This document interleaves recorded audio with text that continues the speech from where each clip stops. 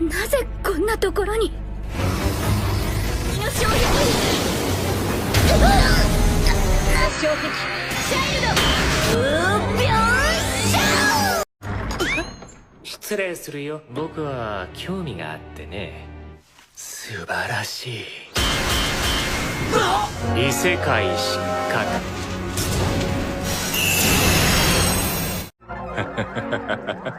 まったく余計なことをしてくれたね。なんだって生きててすみません。だからってやけにならないでください。電車。ここを狙いたまえ。黙れほら吹きにや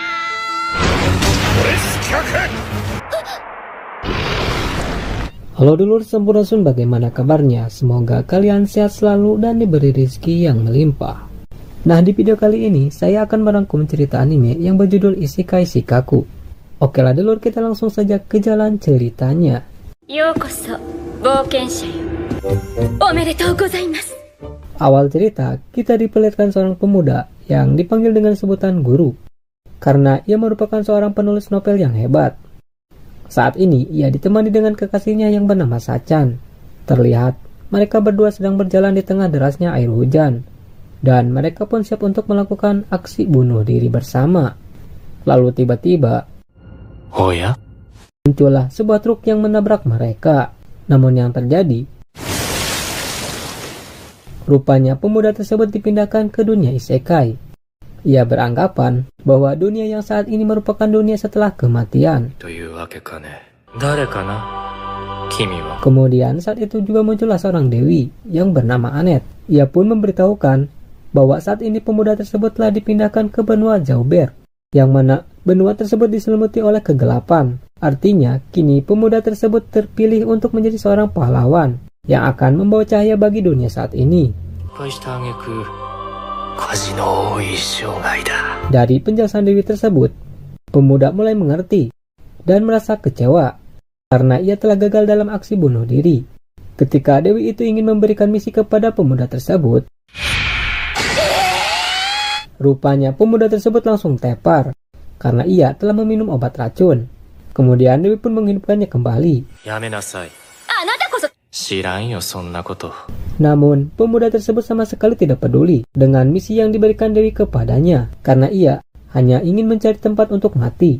Meski Dewi terus-terusan menjelaskan bahwa bila seseorang yang menderita di dunia asalnya, maka hanya mereka yang tertabrak truk yang bisa memulai hidup kembali ke dunia saat ini, agar orang tersebut dapat menjalani kehidupan yang bahagia. Namun pemuda tersebut tetap tak peduli sambil terus mengambil obat dengan raut muka yang lesu. Kemudian ia pun menegaskan bila menentukan seseorang bahagia atau tidaknya itu ada batasnya. Tentu Dewi pun sedikit kesal dengannya, dan ia pun tak peduli selama status yang dimiliki pemuda tersebut melampaui manusia biasa. Namun sayangnya, status dari pemuda tersebut rupanya begitu yowai. Dewi pun tak menyangka bila pemuda yang terpanggil begitu lemah. Sehingga Dewi pun meminta maaf dan meminta agar pemuda tersebut untuk sementara waktu tinggal di tempat tersebut. Karena bisa jadi jika pemuda tersebut keluar, kemungkinan besar ia langsung mati.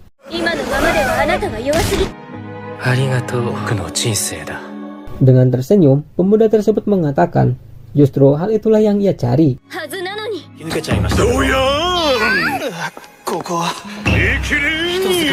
Kini Dewi pun mengerti, selama ini ia menutupi hatinya untuk selalu mengagumi manusia yang terpanggil karena bakat hebatnya.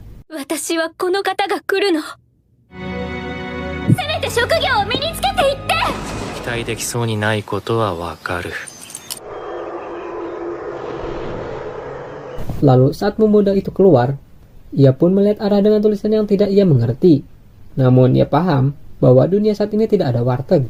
Setelah beberapa detik,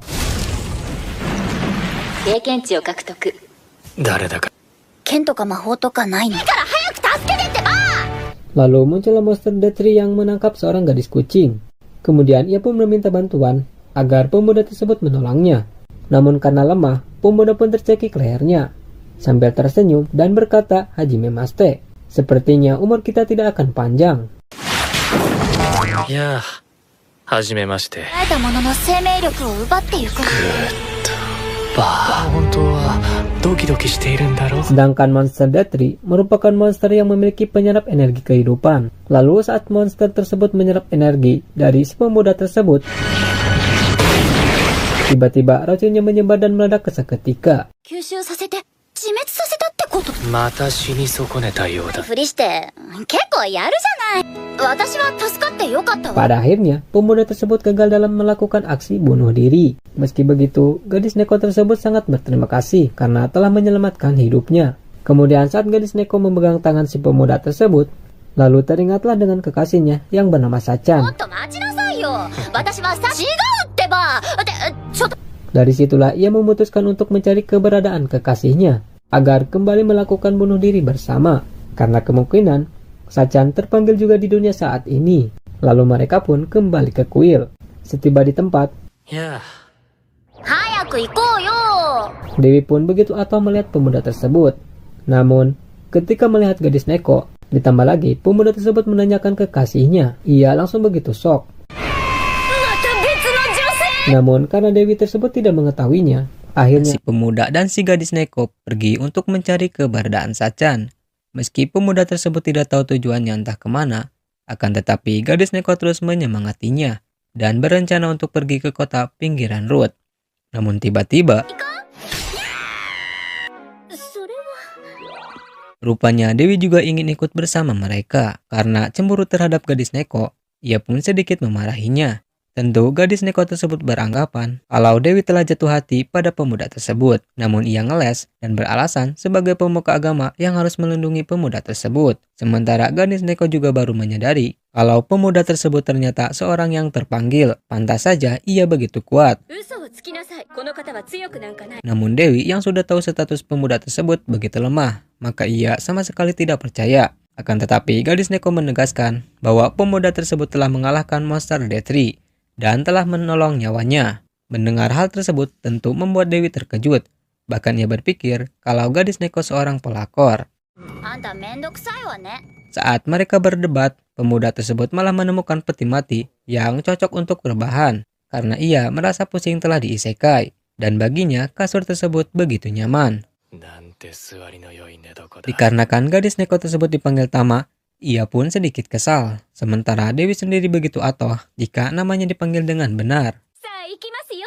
先生、いい加減自分で歩いてよ。今日前にして安らかとかやめてよね。必ず君を見つけるよ。 Setelah mereka berdua berjalan cukup jauh sambil membawa peti mati, akhirnya mereka pun sampai di kota.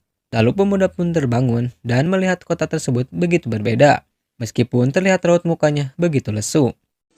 異世界か。 Lalu Dewi mengajak terlebih dahulu untuk menemui sang raja. Sesampainya di istana, mereka bertemu dengan raja yang bernama Thomas dan putrinya yang bernama Charlotte. Lalu raja pun dengan senang hati menyambut kedatangan mereka, terutama dengan seorang pemuda yang terpanggil, dan memperbolehkan mereka untuk beristirahat di dalam kastil. Namun raja meminta persyaratan. Syaratnya ia ingin mendengar cerita dari seorang pengelana. Dengan raut muka yang suram, pemuda tersebut menceritakan bagaimana rasanya tidur di dalam peti mati. Mendengar hal tersebut, tentu raja terkejut, seakan itu adalah ancaman baginya. Namun Dewi seketika memalingkan pembicaraan tersebut. Kemudian raja pun ingin meminta saran kepada mereka mengenai putrinya yang akan segera dinikahkan. Ia pun memperkenalkan seorang pejuang gagah yang bernama Gomez dan seorang penyanyi cinta yang bernama Otto. Siapakah yang cocok untuk putrinya itu? 君はとんだ邪智暴虐の王。 Si pemuda pun lalu menjawab dengan santunya bahwa raja begitu kejam. Malahan sudah gagal sebagai seorang raja. Mendengar ucapannya, raja begitu terkejut. Dewi dan gadis Neko langsung meminta maaf karena beralasan pemuda tersebut memang suka seblak-seblakan. 先生。 Kemudian di malam harinya, pemuda tersebut hanya berdiam diri karena ia tidak bisa tidur. Lalu saat Dewi bertanya mengenai kekasihnya, rupanya gadis Neko tidur bersama si pemuda tersebut. Sontak Dewi langsung membangunkannya. Karena keributan tersebut, si pemuda lalu keluar dan melihat putri yang sedang menatap danau yang uskusi. Karena begitu indahnya, sampai-sampai si pemuda ingin menenggelamkan diri ke dalam danau. したくなるほどに。 Lalu putri yang masih kepikiran mengenai perjodohannya dengan pilihannya. Karena menurutnya Gomez dapat diandalkan kekuatannya dalam bertempur. Meskipun ia baru datang, namun raja mempercayainya. Sementara Otto merupakan teman masa kecilnya. 父や家族に大変な迷惑に委ねたことはない。望んでいることは何なのか。 Mendengar curhatan dari sang putri, si pemuda pun menyadari bahwa putri terlalu baik sampai-sampai mau menuruti ayahnya. Namun baginya, ia tidak pernah meminta orang lain untuk menentukan arah hidupnya. Dan dari situlah sang putri mulai menyadari akan pilihannya sendiri. Kemudian keesokan harinya mereka pun bertemu kembali dengan sang raja untuk menentukan siapakah yang akan dipilih oleh sang putri. 方がお似合いだと思うけどな。そして決めました。 Ketika berjalan, lalu putri langsung memilih si pemuda untuk bunuh diri bersama. Seketika mereka langsung terkejut. Bahkan Dewi langsung jatuh pingsan. Alasannya, karena putri selalu mendengar lagu dari Otto meskipun keadaannya tidak begitu sedih. Sedangkan Gomez badannya sedikit bau. Tentu pernyataan putri ditentang oleh ayahnya sendiri. Lalu putri pun beralasan mengapa ayahnya tidak pernah menanyakan perasaannya bahwa ia tidak mau menikah. Hanya pemuda tersebut yang mengerti perasaannya. Karena tidak terima, kemudian Gomez membongkar jati dirinya yang sebenarnya merupakan ajudan Raja Iblis untuk menguasai kerajaan dan menyerahkannya kepada Raja Iblis. Menurutnya, ia telah terbongkar rahasianya karena putri menyadari penyamarannya. Namun rupanya putri sama sekali tidak mengetahuinya. Meski begitu, ia tak terima dan akan membunuh mereka semua. Lalu mengamuklah si abang sapi.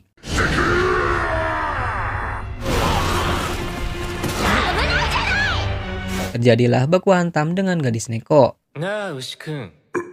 Lalu si pemuda menyarankan mengapa tidak langsung bunuh saja dirinya bersama sang putri. 思いに殺してくれたまえよ。 Karena baru pertama kalinya Tuan Putri ingin bunuh diri bersama dirinya. Ia pun memohon kepada abang sapi untuk mengabulkannya. 好きにしたまえ。牛くん。シャルロットくん。 Dengan senang hati, abang sapi akan mengabulkannya jika memang kebelet ingin mati. Namun rupanya putri gemetaran karena ia belum siap untuk mati. Lalu saat si abang sapi itu hendak menyerang, si pemuda langsung mendorongkan Tuan Putri.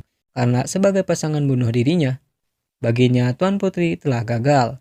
Saat hendak diserang, kemudian Dewi terbangun dan langsung menyelamatkan si pemuda tersebut.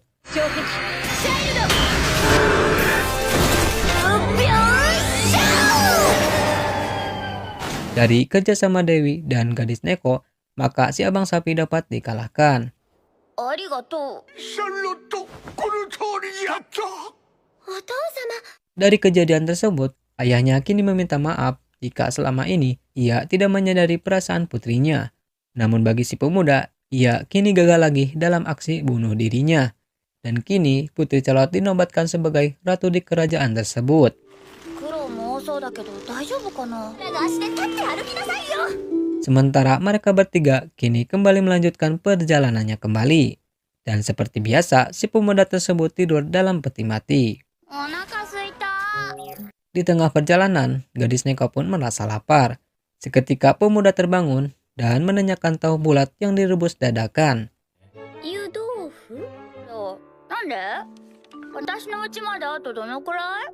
Lalu sebelum mengunjungi tempat gadis Neko yang berada di Gerun, Dewi pun menyarankan untuk pergi terlebih dahulu ke kuil Zawiten. Karena biasanya orang yang terpanggil ada berada di salah satu kuil dan mereka berangkat ke kastil Raja Iblis. Namun berbeda dengan si pemuda ini yang ingin mencari keberadaan Sachan. Oleh karena itu, mereka pun akan mampir ke 4 kuil untuk mendapatkan informasi. Namun Dewi sangat khawatir karena ia tidak mau jika si pemuda tersebut bertarung melawan Raja Iblis. Dan ia tidak ingin si pemuda tersebut dalam bahaya, karena bagi dirinya sebagai seorang pemandu orang terpanggil telah gagal. Itu berarti ia telah jatuh hati sama pemuda tersebut. Namun ketika gadis Neko berkata mengenai Sachan, Dewi langsung shock. Maka dari itu, ia menyuruh peliharaannya untuk mengantar surat pengunduran diri. Namun rupanya peliharanya datang kembali dan belum memberikan surat tersebut. ここに戻ってきたのです。よし、決めた。 Lalu si pemuda yang memahami tentang peliharaan tersebut, maka peliharaan pun mulai menyukai si pemuda tersebut. Dan ia memberikan nama Bandros kepadanya. Di tengah pembicaraan mereka, tiba-tiba Melos pun kabur karena merasakan hawa monster. なぜこんなところに。 Rupanya muncullah sosok naga yang membuat mereka terkejut. Saat bersamaan, muncullah sosok gadis yang menghentikan naga tersebut dengan bahasa yang tidak dimengerti. この辺りは魔物も多い。 Kemudian ia menyuruh mereka untuk segera pergi dari sana. Karena telah banyak monster di daerah tersebut, bahkan sampai ada korban jiwa. Tiba-tiba si pemuda pun terbangun kembali dan menanyakan makan malam. Seketika Dewi pun menjelaskan bahwa ia seorang pemuda yang terpanggil. 転移者だと。 Mendengar hal tersebut, gadis yang bernama Weldelia pun langsung murka dan ia ingin membunuh setiap orang yang terpanggil. Kemudian ia pun langsung menyerang mereka.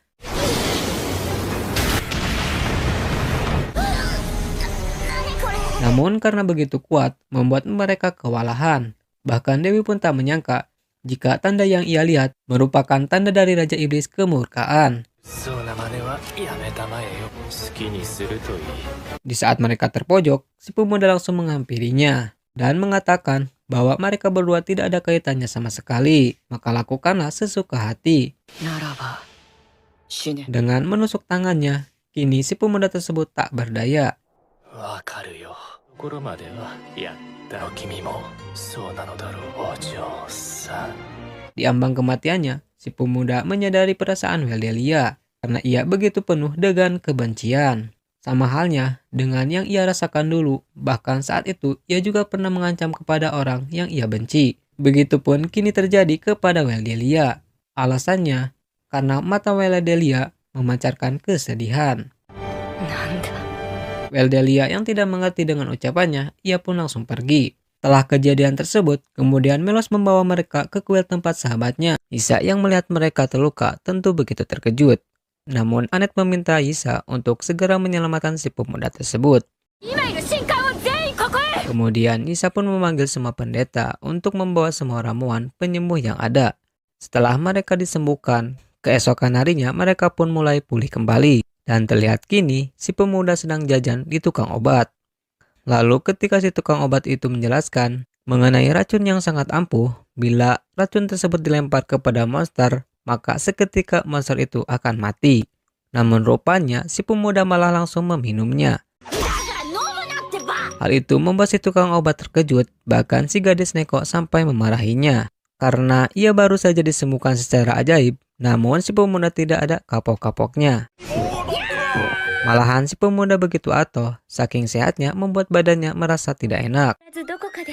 当然だ。 Sementara itu, Anet berterima kasih kepada Isa karena telah membantunya dan ia akan membalas budi kebaikannya. Kemudian ia pun bertanya mengenai Sachan, seorang yang terpanggil. Namun Isa menjawab ia tidak mengetahuinya. Malahan ia bertanya mengapa Anet mau berkelana bersama orang terpanggil. 聞いた時は驚いたけど、いるはずだろアネット。 Awalnya ia terkejut karena Anet berhenti bekerja tanpa pemberitahuan. Namun di sisi lain, Isa sedikit merasa lega karena pekerjaan tersebut memang tidak cocok untuk Anet. Sementara orang terpanggil semuanya tidak ada yang benar karena mereka diberi kekuatan untuk kepentingannya sendiri. Di saat mereka berbincang-bincang, tiba-tiba この光太郎が何でもこうかエルフのお姉さんたち datanglah si amang rep yang bernama Kotaro. Karena ia juga merupakan seorang yang terpanggil. Kemampuannya ia bisa memproduksi massal, tapi bukan memproduksi bayi. Lalu ia pun memperlihatkan kemampuannya dengan mengeluarkan banyak koin emas. Menurutnya setiap orang yang melihat duit, pasti matanya akan berwarna hijau. Namun sayang saat itu ia diacuhkan oleh mereka. Malahan saking kesalnya, Isa melempar koin tersebut ke mukanya. Tentu si amang rep pun langsung kabur dan akan mengancam mereka.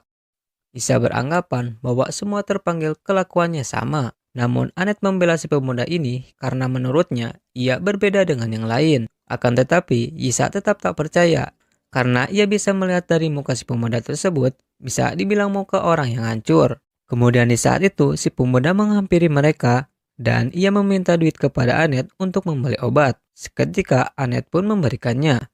Tentu hal itu membuat Yisa semakin yakin bahwa sahabatnya kini telah hancur. Lalu Yisa pun penasaran dengan bakat yang dimiliki pemuda tersebut. Namun Anet mengatakan bahwa si pemuda tersebut tidak memiliki kemampuan apapun.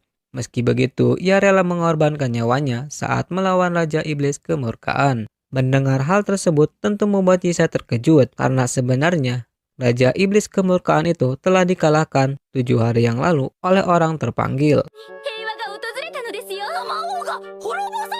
Mendengar Raja Iblis dikalahkan, gadis Neko pun terkejut. Bahkan Dewi Anet merasa senang karena akhirnya kedamaian benua Jauh Berbek telah datang. Namun mereka penasaran dengan gadis yang bernama Weldelia. Di saat mereka asik mengobrol, si pemuda itu malah frustasi sambil merobek kertasnya sendiri karena ia merasa ingin mati. Malahan ia ingin menulis sebuah naskah di batu nisannya. Saking putus asanya, ia tidak mendapatkan ide sama sekali. Padahal ketika ia bertemu dengan Weldelia, ia begitu penuh inspirasi. Lalu Anet menyarankannya untuk menuliskan naskah mengenai pertemuan dengannya. Pemuda tersebut menjawab, tidak ada yang bisa kutulis apapun tentangnya. Sontak Dewi pun langsung shock. Kemudian mereka pun pergi keluar karena Anet ingin membeli sesuatu untuk si pemuda tersebut. Lalu dibelilah perlengkapan jirah perak dan langsung dipakai. Jirah tersebut dapat memantulkan serangan sampai sihir tingkat menengah. Karena Anet khawatir bila ada serangan yang tiba-tiba datang. Bahkan menurut si pemuda, merasa tertindas seperti ini tidaklah buruk baginya. Lalu ketika mereka berdua pergi, kemudian pemuda tersebut menyapa Yisa. Sontak Yisa pun langsung terkejut. Karena kebetulan bertemu, Yisa meminta agar si pemuda tersebut mau mengeluarkan Dewi Anet dari regunya. Dikarenakan ada pilihan senyum, maka si pemuda pun tersenyum. Dan ia mengatakan seharusnya Yisa tidak perlu ikut campur. Karena Anet bukan seorang burung di dalam sangkar. Maka ia berhak menentukan arah hidupnya sendiri. Jelang tak lama muncullah orang terpanggil dengan membawa kawanan serigala. Ia bernama Suzuki. Dan ia ditemani dengan si Amang Rep. Di mana kedatangan Suzuki, ia ingin menyampaikan kepada warga Fail mengenai Raja Iblis yang dikalahkan oleh kelompok orang yang terpanggil.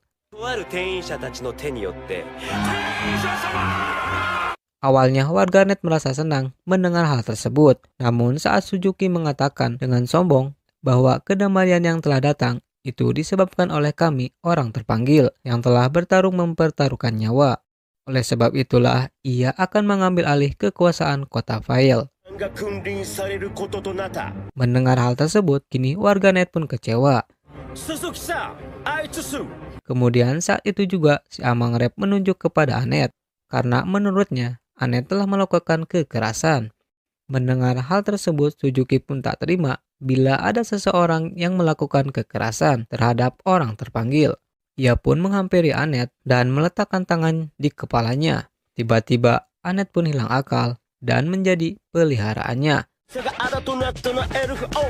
Menurut si Amang Rep, kemampuan Suzuki yang tanpa syarat membuat orang yang dielus kepalanya akan menjadi peliharaannya. Tentu hal itu membuat gadis Neko tak terima dan menyuruhnya untuk mengembalikan seperti semula. Namun saat itu juga Suzuki menyentuh kepala si gadis Neko sehingga menjadi peliharaannya. Ia pun kini semakin sombong karena baginya tidak ada orang atau monster yang bisa lolos dari skill petnya. Melihat hal tersebut, Yisa begitu muak dengan tingkahnya karena ia tak pernah mengajari skill itu terhadap manusia. Dan kini semua warga pun tak ingin tunduk terhadapnya.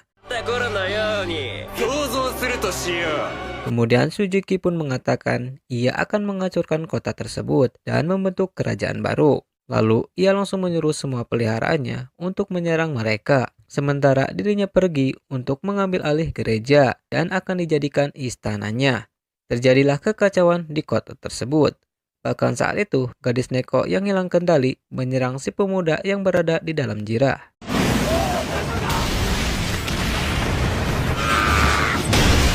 Namun si pemuda tetap santuy sambil mengemil obat. Rupanya yang dikatakan Anet memang benar. Karena pukulan Neko terus bertubi-tubi, membuat jirah itu hancur dan kepala Jirah tersebut menakol kepala gadis Neko sehingga membuatnya jatuh pingsan. Setelah gadis Neko dimasukkan ke dalam tong, terlihat Yisa pun terlempar dengan keras. Dan ia bertemu lagi dengan si pemuda tersebut. Yisa yang begitu kesal terhadap Suzuki karena ia tak menyangka jika Suzuki dapat berubah drastis setelah ia mendapatkan skill kemampuan berlebih. Padahal awal bertemu, ia seorang penakut dan pendiam. Mendengar cerita tersebut membuat si pemuda mendapatkan inspirasi untuk membuat sebuah mahakarya. Lalu ia pun menanyakan keberadaan Suzuki. Setelah diberitahukan oleh Yisa, kemudian si pemuda pun ingin segera menemuinya. Tentu Yisa yang beranggapan karena si pemuda tersebut tak memiliki skill apapun, maka Yisa pun ikut menemaninya. Lalu saat mereka sampai di depan pintu gereja, Yisa masih beranggapan tak mungkin si pemuda yang tak memiliki bakat dapat mengalahkan Suzuki. Maka diperlukanlah rencana untuk membuka pintu tersebut. Lalu ketika si pemuda mengeluarkan obat racun, Yisa berpikir, namun ternyata racun tersebut diminum oleh si pemuda tersebut. Kalau sudah begini, maka Yisa pun menyuruhnya untuk merunduk dan mengambil pintu belakang. Namun rupanya, si pemuda langsung membukakan pintu dan mengatakan, "Punten." Lalu ia pun bertemu dengan Suzuki, orang yang dapat kekuatan berlebih yang jatuh akibat keserakahannya. Karena merasa terhina, Suzuki langsung menyuruh kawanan serigala untuk menyerang mereka. Sambil menulis, pemuda tersebut tetap tenang. Namun dengan cepat, Yisa pun membantunya. Akan tetapi, saat si pemuda itu hendak diincar, tiba-tiba Melos pun muncul dan memantulkan serangan hingga mengenai lawan. Karena rupanya Melos memakai kepala Jirah yang anti sihir menengah. Lalu Suzuki langsung mengeluarkan serigala abu-abu dan baginya bila terkena gigitannya, maka orang itu akan langsung mati. Namun saat si pemuda itu tergigit, tiba-tiba racunnya menyebar ke tubuh serigala tersebut dan mati seketika. Tentu membuat Kotaro panik dan ia langsung kabur. Lalu Yisa pun segera menyembuhkan si pemuda tersebut. Karena tak mau menyerah, Suzuki menyuruh Annette untuk membunuh mereka. Tentu membuat Yisa tidak bisa melawan sahabatnya sendiri. Setelah si pemuda itu selesai menulis, ia pun mengatakan bahwa Annette tidaklah selemah yang kamu kira. Dengan sombongnya, Suzuki mengatakan bahwa skill yang ia miliki sekali kena mustahil akan lepas. Dan selamanya ia akan menjadi peliharaannya. Sambil berjalan menghampiri Annette, pemuda pun lalu menegaskan yang akan menentukan jalan hidupnya bukanlah orang lain, tapi Annette itu sendiri. Karena baginya, Annette bukanlah seekor burung yang berada di dalam sangkar. Dari ucapan si pemuda tersebut, Annette pun mulai sadar dan melukai dirinya sendiri. Sehingga kutukan pun terlepas. Lalu si pemuda pun meminta Yisa untuk segera mengobatinya. Karena kejadian tersebut, Suzuki mulai terpojok. Lalu saat ia hendak bunuh diri, si pemuda langsung menghentikannya. Karena si pemuda tersebut masih perlu menulis tentang kisah hidupnya. Dan teringatlah kembali masa-masa di dunia asalnya, di mana saat Suzuki berada di sekolah, rupanya ia selalu dibully oleh teman kelasnya. Bahkan ia disebut poci pula, sehingga membuatnya ingin mati namun tak berani. Bisa dibilang ia begitu penakut. Namun saat ia pulang malam, tiba-tiba sebuah truk menabraknya. Kemudian ia dipindahkan ke dunia isekai. Bertemulah ia dengan Dewi Yisa, dan ia pun diberi kemampuan oleh Dewi agar dapat melawan Raja Iblis. Setelah itu, ia pun pergi ke hutan dan melawan serigala. Dengan kemampuan tersebut, kini kawanan serigala pun jadi peliharaannya. Akan tetapi, ia masih diasingkan di dunia tersebut. Seakan masa lalu selalu menyelimutinya. Akan hal itu, ia pun mulai berubah dan menggunakan skill pet terhadap orang yang menentangnya. Namun meski begitu, ia sebenarnya tidak bisa melakukan hal buruk di dunia manapun. 素晴らしい。完成した悲しき男の物語。 Dari semua yang ia ceritakan, membuat si pemuda tersentuh betapa subarasinya. Dan novel yang ditulis pun akhirnya selesai, mengenai kisah seorang pria menyedihkan yang berharap menjadi pahlawan, tapi tak bisa menjadi pahlawan ataupun orang jahat, karena dari sifat penakutnya. Ia sebut dengan tak layak menjadi pahlawan, atau isekai shikaku. 異世界失格。 Secara mengejutkan, muncullah cahaya dan kertas berputaran di hadapan Suzuki. Si pemuda pun berterima kasih karena berkatnya ia bisa menuliskan karya yang memuaskan. Akan tetapi, semua yang ia tulis tidak bisa disebut mahakarya. Kemudian ia pun mengambil selembaran kertas lalu merobeknya, dan terjadilah hal yang tak terduga. 君のおかげで久々に。 Muncullah sebuah lingkaran sihir yang memanggil pelintas dunia, di mana kekuatan teleportasinya berbalik. Bahkan Nisa yang menyaksikannya tak menyangka bahwa pemuda tersebut dapat mengirim pelintas dunia kembali ke dunia asalnya. Meski dari status pemuda tersebut, tidak ada skill yang tertulis sama sekali. Nisa berpendapat kemungkinan skill khusus yang cuma bisa aktif ketika melawan orang terpanggil. Ia menyimpulkan terpanggilnya si pemuda ke dunia saat ini mungkin untuk melawan pelintas dunia. 鈴木くんはどこへ？ Namun rupanya pemuda tersebut tidak menyadari hilangnya Suzuki. Mereka bertiga kini berpamitan dengan Nisa dan akan melanjutkan perjalanan kembali. Kini Shin pun berpindah ke wilayah Sontag, karena saat ini Nisa akan menghadiri pertemuan dengan para pendeta lain. Setelah sampai, Nisa langsung bertemu dengan pendeta yang bernama Wolop. Dalam keadaan mabuk, Wolop mengatakan ia merasa pekerjaannya begitu mendukse, karena setiap hari ia harus menghadapi para doab. Sementara baginya, Nisa begitu beruntung karena wilayah yurisdiknya begitu damai. Di saat ia mengeluh, lalu datang pendeta lain yang langsung menceramahinya. 発言とは感心しませんね。 Ia mengatakan tidaklah harus mengucapkan kata diskriminasi di dalam wilayah suci ini. Mendengar ceramahannya, Wolop langsung menyindirnya. Rupanya tidak hanya para elit yang menjadi seorang pendeta, namun ternyata Goblin juga bisa menjadi pendeta. 種族は関係ありません。 Lalu si Amang Goblin pun mengatakan ras tidak ada kaitannya sama sekali. Malah ia pun menyindir balik, mengapa saat ini banyak para elit yang hidup tapi tak selayak elit. Dari kata-kata tersebut, Wolop tambah kesal dan meminta untuk tukar wilayah yurisdiknya dengan pulaunya. Di saat mereka berdebat, kemudian muncul pendeta yang bernama Kardinal Miller. みな着席してくれ。 Setelah mereka berkumpul, lalu Miller meminta maaf karena telah memanggil mereka di saat sibuk, dan ia ingin meminta laporan dari setiap wilayah mereka masing-masing. Di saat itu juga, datang seorang pendeta muda yang terlambat. Bahkan ia sampai tidak dikeh pula. Pendeta ini yang menggantikan Annette di kuil Erston. Ia bernama Arya. Lalu Arya pun langsung melapor tentang wilayah Denstrak, tanah suci gunung dan api, tidak ada yang perlu dilaporkan. ふさわしいのは二人のどちらじゃ。心中いたします。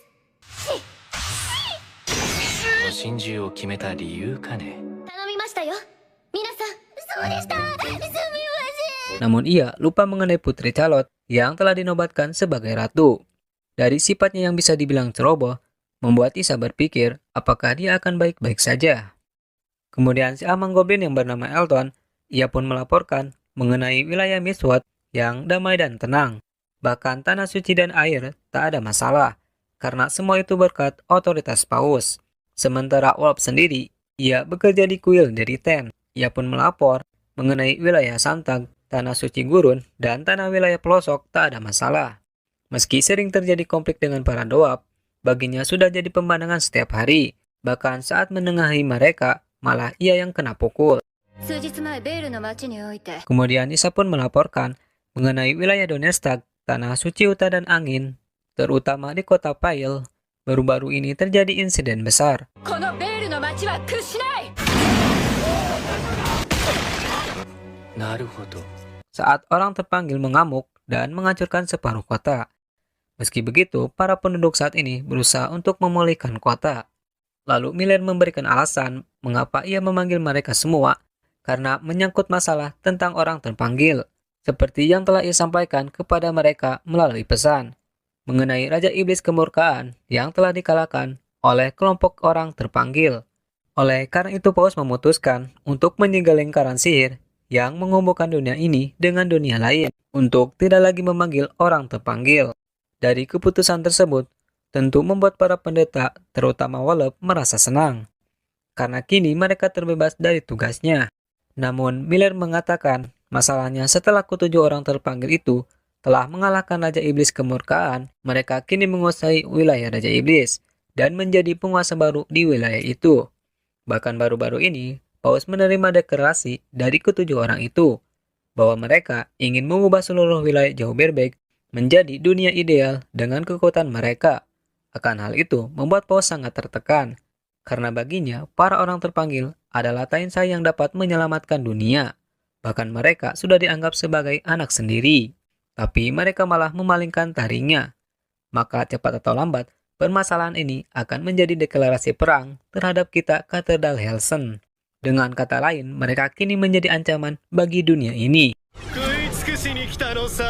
この国の新たな王だよ。罪も注視せねばならん。 Dan secara bersamaan pula, keberadaan orang terpanggil itu membawa kekacauan di setiap wilayah, maka harus kita tangani. なぜこんなところに。この辺りは魔物も多い。 Begitupun kabar keberadaan Weldalia dari Putri Raja Iblis Kemurkaan. Ia menghilang dari kastil dan tidak tahu entah kemana. Miller pun mengatakan bahwa kini Jauh Berbeg sedang menghadapi era baru, maka dari itu para pendeta harus bisa menghentikan orang terpanggil. 一体どう戦えばいいんですか。 Di saat itu, Arya mengatakan, lalu bagaimana caranya untuk melawan mereka dengan kekuatan sehebat itu? Sejenak Kisam berpikir, kemungkinan ada cara untuk mengalahkan orang terpanggil. Ia pun menceritakan mengenai hal yang telah terjadi di kota Pale tentang seorang pemuda yang terpanggil. 異世界失格。素晴らしい。だが、残念。 Di mana ia dapat menggunakan skillnya untuk mengembalikan orang terpanggil kembali ke dunia asalnya. Mendengar akan hal itu membuat si Amang Goblin pun terkejut, karena ia tak menyangka ada skill hebat seperti itu. 詳しく聞かせてもらえますか？教皇様。 Lalu tiba-tiba Paus pun datang hingga membuat mereka terkejut. Kemungkinan pemuda itu akan menjadi cahaya harapan bagi kita.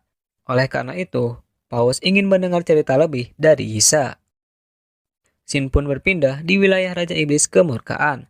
Kita diperlihatkan seorang laki-laki dan seorang perempuan yang sedang memikirkan kekasihnya, di mana mereka berdua akan tetap berada di sana dan mengamati apa yang terjadi di dunia ini. Sementara teman-teman yang lainnya, mereka sudah pergi ke masing-masing wilayah. やっとベッドで寝られる。 Kembali ke tokoh utama kita, di mana mereka bertiga telah sampai di perdesaan. Tentu gadis Neko sangat lega, kini ia bisa beristirahat. Dan gadis Neko langsung mendapatkan kenaikan level setelah ia membawa si pemuda di dalam peti mati. Lalu Anet menyarankan, sebelum kita masuk ke wilayah Gruon, maka kita harus mencari penginapan. Di saat itu juga, muncullah seorang bocah yang menunjukkan tempat penginapan di ujung jembatan.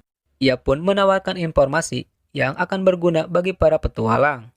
Ia sebut sebagai layanan pengiriman orang dunia lain, 紹介サービス。俺が考えた商売だよ。 di mana orang terpanggil akan ikut menemani perjalanan mereka, agar mereka tetap aman dan nyaman. Dan ia pun memberi tawaran harga sebesar 40.000 jeniko. Jika mereka sepakat, maka bocah yang bernama Nir akan memperkenalkan orang terpanggil pribadinya. Seketika gadis Neko agak kesal mendengar orang terpanggil. Bahkan gadis Neko beralasan, kami tidak punya uang untuk menyewanya. 何即決してるのよ。 Namun Anet malah langsung memberikan uangnya, dan ia ingin menyewa satu prajurit pemberani. Dengan alasan harga segitu begitu murah karena demi keamanan si pemuda ini. Lalu Nir pun mengatakan, nyawa orang itu tidak bisa ditukar dengan uang. Bahkan orang yang sudah mati pun berharap diselamatkan di alam sana. Seketika si pemuda terbangun dan mengatakan, 生きててすみません。 Punten saupamina sim kuring masih hidup. Tentu membuat Nir langsung terkejut, karena dikiranya mayat tersebut bisa berbicara. Lalu gadis Neko pun memberitahukan Meski pemuda ini terlihat suram, tapi ia juga seorang pahlawan. Namun Nir sama sekali tidak percaya, karena ia beranggapan tidak mungkin seorang pahlawan bermuka seperti pedang pucat. Dari kata-katanya membuat si pemuda tidak menyukainya. Pada akhirnya, Nir pun kabur sambil membawa uang tersebut. Ia beralasan akan membawa pahlawan yang asli dan meminta mereka untuk menunggu di penginapan. Namun setelah lama menunggu, rupanya bocah itu tidak datang. Si pemuda mengatakan bocah itu tidak akan kembali karena ia bisa melihat matanya seperti orang dewasa. Bahkan si pemilik penginapan memberitahukan kepada mereka mengenai bocah yang sering kali menipu seorang pengelana dengan tipu muslihatnya. Orang-orang menyebutnya si mulut besar. Seketika Anet langsung shock. Untungnya di saat itu gadis Neko dapat menenangkannya. Lalu si pemilik penginapan menceritakan tentang Nir yang merupakan anak yatim piatu di desa tersebut.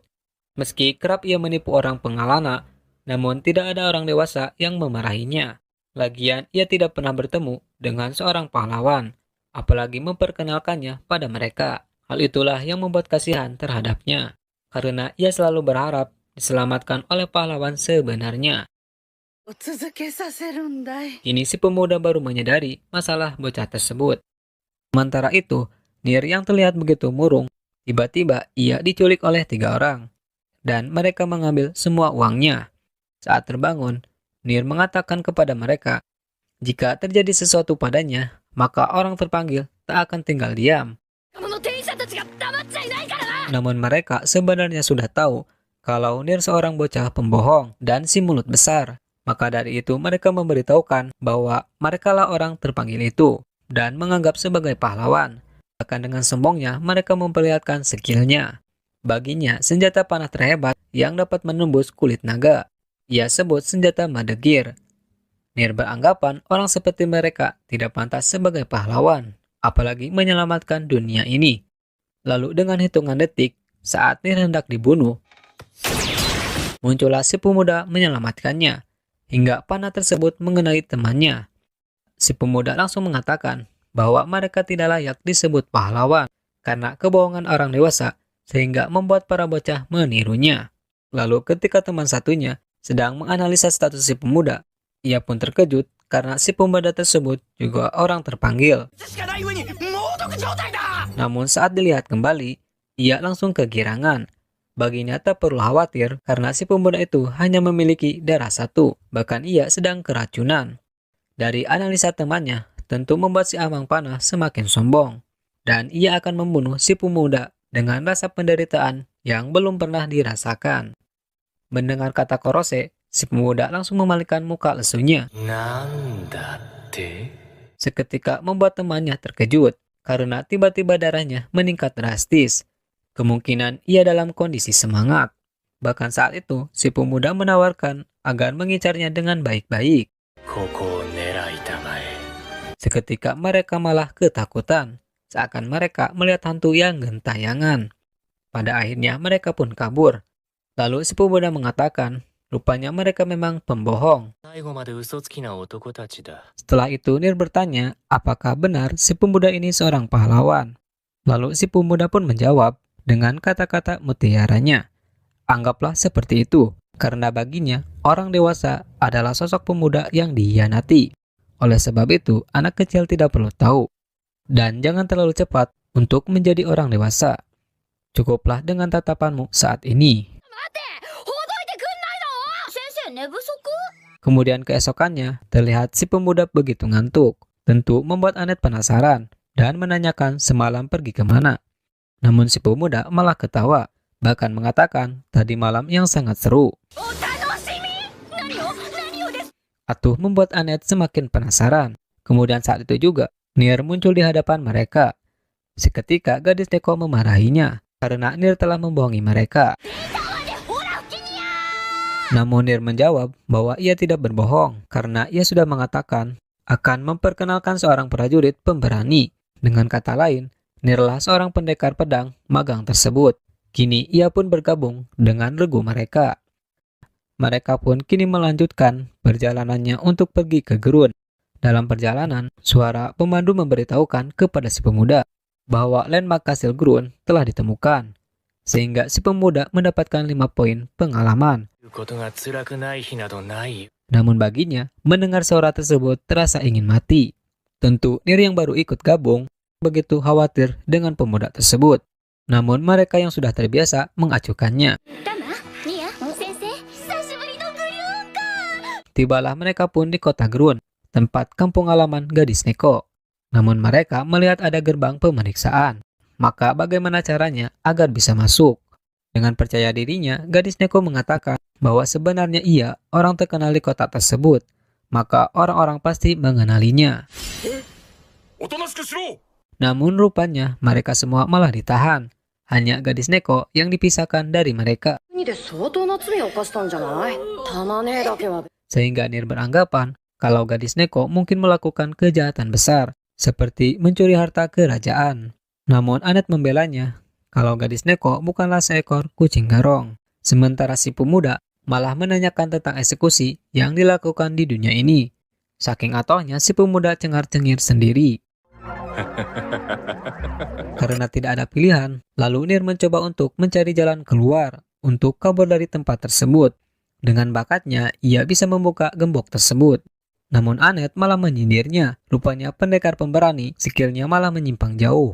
Bahkan saat itu, si pemuda mendekatinya. Nier beranggapan si pemuda ini akan memujinya. Namun ternyata, たく余計なことをしてくれたね。 dengan muka kecewa berat, pemuda tersebut mengatakan, ngapain sok jadi pahlawan kesiangan. Mendengar keributan tersebut, akhirnya mereka pun tertangkap kembali. Lalu si pemuda malah ingin memastikan kalau dirinya ingin sekali dieksekusi. なんだお前は気持ち悪い。 Seketika penjaga tersebut mengatakan Kimochi Waroi. よって君たちは Bertemulah mereka dengan Menteri Beriad dan Raja Siberian. Ia mengatakan bahwa kejahatan mereka yang dilakukan sangatlah berat, maka mereka perlu dieksekusi. Di saat itu juga, Anet menanyakan alasannya.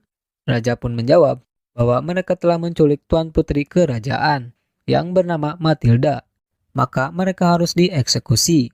私は誘拐なんてされてないってばおっしゃる通りでございます Tak lama setelah itu, muncul gadis Neko yang memberi keterangan bahwa dirinya tidak diculik. Ia hanya ingin berkelana ke berbagai negara untuk melatih bela dirinya. Lalu dirinya bertemu dengan mereka. Maka gadis Neko yang bernama Matilda meminta kepada ayahnya untuk membebaskan mereka. Namun ayahnya enggan membebaskan mereka, すぐにでも解放してやろう。 kecuali Matilda mau menuruti keinginan ayahnya untuk bersumpah tidak pernah gegabah lagi dan bersikaplah selayaknya keturunan kerajaan bangsawan, seperti ibunya yang bernama Lavama. わかりました父上 Lalu saat Matilda melihat mereka, ia pun bersedia untuk menuruti ayahnya dan bersumpah untuk bersikap selayaknya putri kerajaan. Sambil pergi, ia pun meminta maaf kepada mereka jika perjalanannya berakhir sampai di sini, dan ia pun berterima kasih untuk selama ini. Dengan begitu, mereka pun dibebaskan. やけにならないでくださいお姉さん肉追加こっちね Namun saat berada di warung warteg, si pemuda ini malah frustasi karena ia gagal dieksekusi. Namun mereka berdua yang tak menyangka kalau gadis Neko rupanya seorang putri, dan Anet merasa banyak salah terhadapnya. Bahkan ia telah memanggil Tama, padahal namanya bagus sebagai Matilda.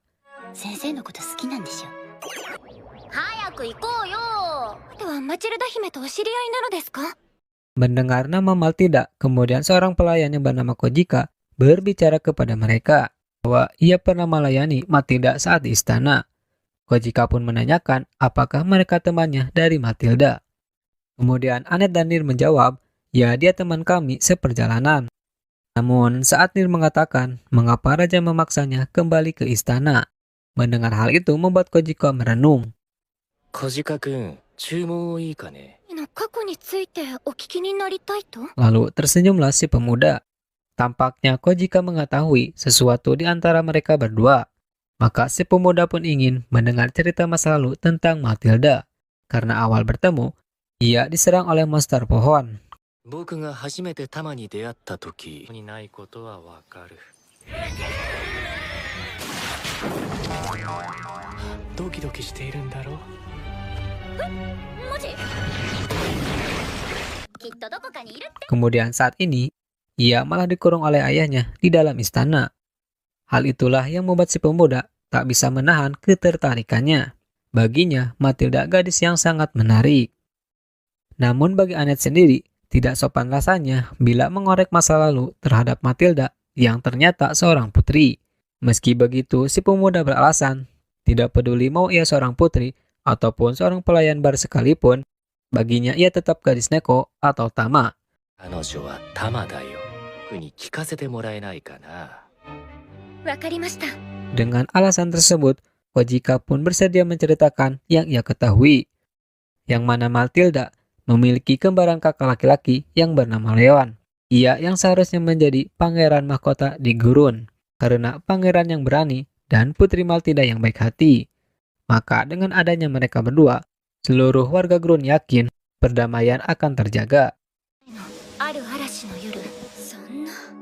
Namun sayangnya, saat malam berbadai pada 10 tahun yang lalu, di tengah perjalanan pulang, mereka terkena tanah longsor.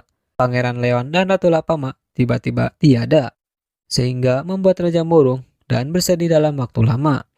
Melihat ayahnya yang sangat terpuruk, Matilda pun memutuskan akan menggantikan kakaknya, agar bisa membuat ayahnya tenang, dan ia rela memotong rambutnya. Namun meski begitu, hubungan mereka berdua tetap renggang, karena Raja tidak menerima keinginan Matilda. そんな辛いことは。 Annette yang mendengar cerita tersebut, rupanya masa lalunya begitu tragis. アネットと似合ったら。 Sementara itu, Matilda membayangkan Annette dan Nir yang begitu lucu, karena mereka terkejut ketika mengetahui dirinya seorang putri, sedangkan si pemuda tetap seperti biasa. Dari kejauhan, Matilda melihat seseorang yang sedang berdiri di atas atap. Tiba-tiba, seekor monster melahap sebuah bangunan. Karena kejadian tersebut, Raja pun keluar dan melihat seseorang yang sedang duduk. Orang tersebut bernama Kaibara. 国グリューンか。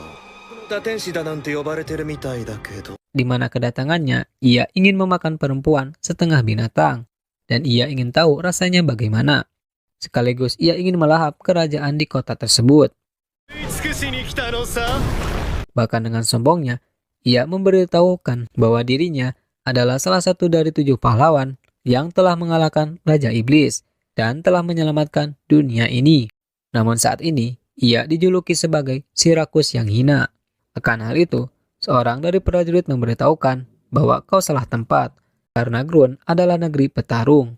Lalu saat mereka menyerang, dengan petikan jari, muncul monster pelahap yang langsung memakan mereka. Dan baginya, meski dijuluki si rakus, namun ia tetap pilih-pilih soal makanan, karena yang ia inginkan adalah perempuan setengah binatang yang rasanya empuk. 材にはこだわりがある。お前たちは下がっていろ。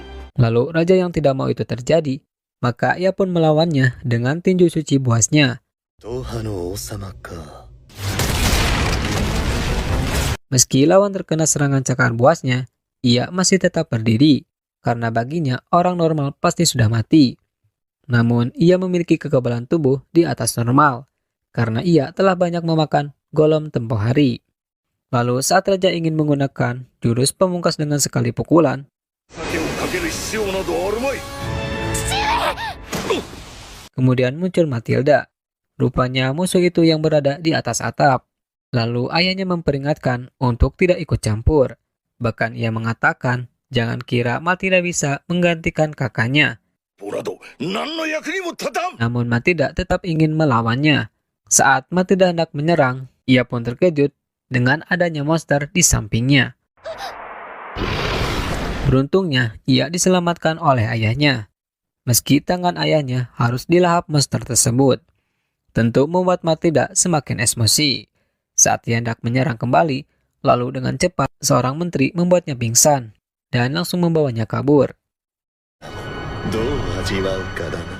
Setelah mereka mendengar cerita dari Kojika, sekaligus telah mencatatnya, si pemuda pun berterima kasih. Lalu muncullah seorang menteri yang membawa Matilda kepada mereka. Ia pun memberitahukan alasan kabur yang tiba-tiba karena istana baru saja ditaklukkan oleh orang terpanggil yang kuat. Di saat bersamaan terjadi ledakan. 女子供だけで構わない。僕の名は貝原。 Dan muncullah Kaibara. Ia pun memberitahukan kepada semua warga bahwa kini ia yang akan menjadi raja baru di kota itu. Dan ia ingin memakan semua daging manusia hewan yang ada di gurun, terutama anak kecil dan seorang perempuan. Mendengar hal tersebut, salah satu warga melempar batu dan menentangnya. Namun seketika ia langsung dilahap, tentu membuat para warga ketakutan dan mencoba untuk kabur. Kaibara mengatakan mereka mustahil bisa kabur karena ia telah siaga menyiapkan mantan pasukan Raja Iblis di penjuru kota. Setelah itu, ia pun pergi dan menunggu mereka di meja makan. Sementara si pemuda yang tertawa karena melihat Matilda yang tadi dikurung ayahnya, kini malah kehilangan kerajaannya. Baginya makin kesini, nasib dari Matilda seperti heroin yang tragis. Namun si pemuda memberi semangat karena heroin yang kudambakan tidak akan pernah menyerah dengan nasib yang tragis. Maka si pemuda meminta agar Matilda cepat terbangun untuk mengetahui kelanjutan ceritanya. Saat ia bermimpi, ibunya meminta untuk mendengarkan kata-katanya. Setelah itu, Matilda terbangun di rumahnya Kojika. Ia pun keluar dan menanyakan kepada mereka apa yang telah terjadi. Lalu Briad pun memberitahukan bahwa pria itu telah merebut kerajaan ibu kota dan ingin memakan para warga. Tentu hal itu membuat Matilda ingin segera mengalahkan pria itu. Akan tetapi ia dicegah oleh Briad dan mereka semua. Bahkan saat itu Kojika mengatakan raja sekalipun tak sanggup mengalahkannya. Matilda beralasan itu karena ayahnya telah melindunginya. Selain itu, ia ingin bertanggung jawab dan melindungi kerajaan ini untuk mewakili kakaknya. Karena ini masalah yang harus diselesaikan. Lalu Annette mengatakan tragedi Bukit Kolone. Mengenai tragedi itu telah merenggut nyawa 2 bangsawan kerajaan 10 tahun yang lalu. Annette tak menyangka jika mereka adalah ibu dan kakaknya Matilda. Hingga semua warga menangis setelah mendengar kabar duka itu. Itu berarti bukti terbesar bahwa bangsawan kerajaan ini sangat disayangi oleh warga. Maka jika sampai kehilangan Matilda, tentu para warga akan semakin putus asa. Oleh sebab itu, Annette pun menyarankan untuk menyerahkan misi tersebut kepadanya. Karena Matilda yang sebagai putri kerajaan tidak boleh membahayakan nyawanya sendiri. Lalu mereka pun berangkat. Setiba di gerbang, mereka disambut oleh kedua orc yang telah diperintahkan untuk membunuh semua orang yang datang ke tempat tersebut. Di saat Annette siap siaga, si pemuda menghampiri orc tersebut dan mengatakan, kami datang untuk dimakan. Seketika Annette dan Nir terkejut. Si pemuda beralasan, ia sangat tersentuh mendengar pidato dari raja baru itu. Karena ia selalu memikirkan cara untuk mati dan tak pernah terbesit untuk dimakan. Maka ia memerintahkan orc tersebut untuk menyampaikan kepada raja tersebut mengenai makhluk yang ingin dimakan sudah datang ke istana.